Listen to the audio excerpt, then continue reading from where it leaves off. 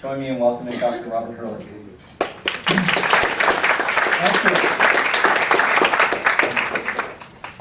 Good afternoon. So we're going to talk about trust and help you build trust, or maybe help you not erode trust. But trust is an issue. I sometimes do an exercise on trust, and I pick up the daily paper. So what do I see in the Wall Street Journal? Muammar Gaddafi. Trust problem? Yes, right. Trust problem ended, I suppose. Then an article, struggling French banks fought to avoid oversight. Somebody went to Dominique Strauss-Kahn, another trust issue, and said, you know, these banks are fine, don't express any concern. He said, oh, okay. And then this article, it says, it probably wasn't a good idea. We probably delayed. So then I go to the next section. Nothing in that one. Oh, there's one. The marketplace section. Dennis Koslowski, Tyco, has issues with his sentence. And the board member said, he's not getting it. Right? So we have some trust issues. And I'm going to talk about that, but really focus on what you can do to build trust with the folks that you interact with. What is the Tea Party, Occupy Wall Street, and Arab Spring all have in common? They're all examples of people who are very angry, frustrated because they feel they've been betrayed. Their interests are not being fairly represented. That's a trust issue. And people get upset when they feel betrayed, right?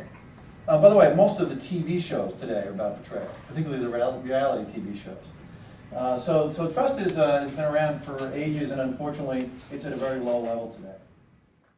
Neat questions. Now, another piece about context. I want to talk about what we know about trust, actually what we know about relationship quality and its relationship to success. And we know actually from research a few things. We know that relationship quality predicts likelihood of future contact, sales volume, purchase of more types of services, and customer retention. This is an empirical fact. We know this. Better relationship quality, more of those four things. Okay? Now, what is trust?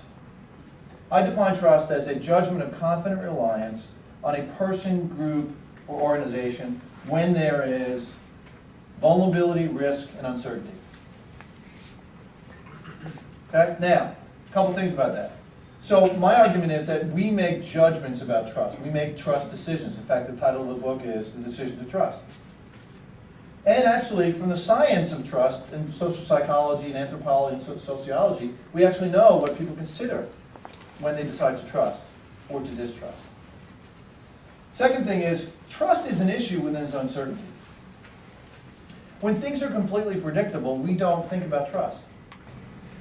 But when there's uncertainty, we start to say, well, gee, can I trust that person? This company's downsizing. Well, who's making the decisions? Where are they meeting? And who's in those conversations? And do I feel comfortable being vulnerable in their hands? That's what trust is about. When you trust, you feel comfortable. You say, you know what, the outcome may not be the perfect, but I feel comfortable that I'm going to be fairly represented. I sort of trust in this uncertain environment. One of the reasons why trust is such an issue today is so much uncertainty. Now, by the way, think about what happened in the global financial crisis. A lot of CEOs made a lot of money. Now, they lost their jobs, and they lost stock value, but they also made a lot of money. And so, in some sense, their interests were served, but a lot of employees and shareholders and communities got damaged. So there was a betrayal of interest. That's why people are protesting on Occupy Wall Street. They feel like their interests have been betrayed. Making judgments to serve one interest over another has to be perceived as fair and somewhat transparent. By the way, the next piece about trust has not so much to do with a relationship, it's about confidence. It's not a good idea to trust someone who's not competent. Right? So one of the things that we think about when we decide if we're going to trust or be suspicious is this person capable?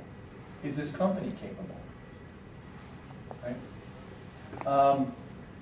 When there's risk and it would be hard to recover from, it's good management to be cautious until you know the trustee is competent. When trust exceeds the capability, we put ourselves at risk. And I actually like this equation. When confidence is greater than competence, it's arrogance. Right? We tend to trust people whose promises and commitments match their capability to deliver. Now, how do you demonstrate capability to the client or to the candidate? What are the ways that signal to them, wow, this person is highly capable, and that's going to enhance trust? Now, think about this. I manage our interests and the conflicting interests well. I demonstrate benevolent concern, and I manifest and demonstrate high degree of capability and competence. Wow. I want to do business with that person. Right? Trust. We think about trust as this fuzzy thing, but actually there's elements to it that we can understand and manage. Ouch. Not very capable. But it's okay. We all screw up, right? Everyone makes mistakes, and that's what I would talk about integrity for a minute. One of the things that we think about when we decide we're going to trust or be suspicious is, can I predict what this person's going to do? Impulsive, random people tend not to be trusted. Right? So what determines predictability and integrity? Or really, what determines predictability? And I would argue it's integrity. A lack of integrity is saying one thing and doing another. Makes the trustee sort of unpredictable. I say A, I do B. Expectations is critical to integrity. If you allow their expectations to get here and you can only deliver here, there's an integrity gap. And you've got to manage those expectations. By the way, that takes very good interpersonal skills and communication, and right. So there's a whole. We're going to talk about communication in a minute, but we could spend probably 2 days talking about how you manage communication in terms of building trust. I want to say one thing about integrity for a minute. How many of you in this room can say honestly that you always and every time, everywhere, honor your word?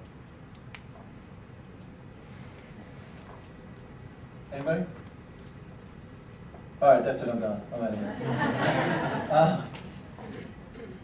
here. Isn't it true that we all struggle with integrity?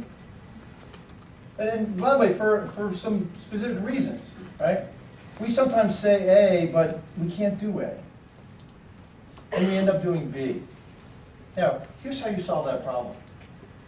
You circle back and you try and honor your word. You explain why you didn't do A and why you didn't do A. There's a section on trust across cultures, and I'll just kind of, in a minute, sort of try and summarize that. The first question is, does this model work in multiple countries? The answer is yes, but you have to modify it. Meaning, how you would manifest some of these variables. Take benevolent concern.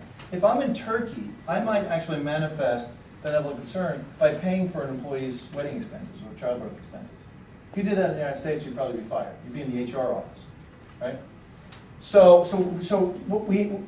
these are fairly universal principles, but how they get applied and manifested in different parts of the world has to vary. So you have to have some cultural sensitivity to say, what does similarity mean here? In a collectivist culture, that's critical. I better spend more time trying to become a member of the tribe in some fashion, or knowing the rules of the tribe and following the rules of the tribe very carefully.